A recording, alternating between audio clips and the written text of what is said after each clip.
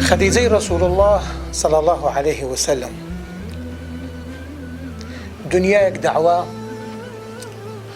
أمتك لبالبشتي نازك و گرنجیدانك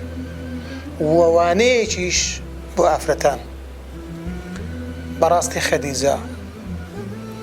جێت بەهەشت بێت خەدیجە ئەوانەی لەسەر ڕێبازی خەدیجەی ڕەسوڵ الله صلى الله عليه وسلم خێزانی عومەر موختار لەو کاتەی کە عومەر موختار لە خێمەکەی دەرەچوو بەر لەوەی دەربچی خێزانی دەچوو سەری خێمەکەی بەرزە کرد پێڵاوەکانیشی لەوە دائەنا بە بەردەوام تا ماوەیەکی زۆر بەو شێوە بەردەوام بوو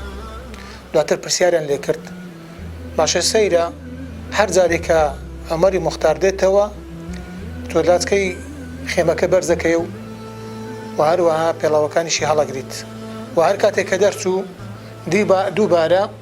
هەم لاتکەی خێمەکە بەرزەکەی هەم پێڵاوەکانیشی لەوە دائەنەی وتی والله ئەوە پیاوێکە لە پیاوەکانی خوای گەورە و من ئەبێ خەدیجە بم و پاڵپشتی گەورەی ئەو پیاوە بم نابێ سەری شۆڕ بکە لە غەیری خوای گەورە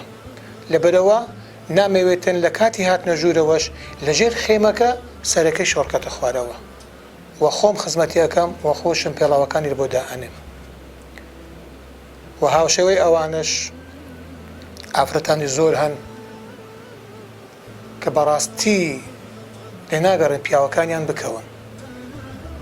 و هەشت بە پێچەوانەوە لەوانەیە دڵیان تەک بێ بۆ ئەوەی کەوا ناتوانن درامایەک ببینن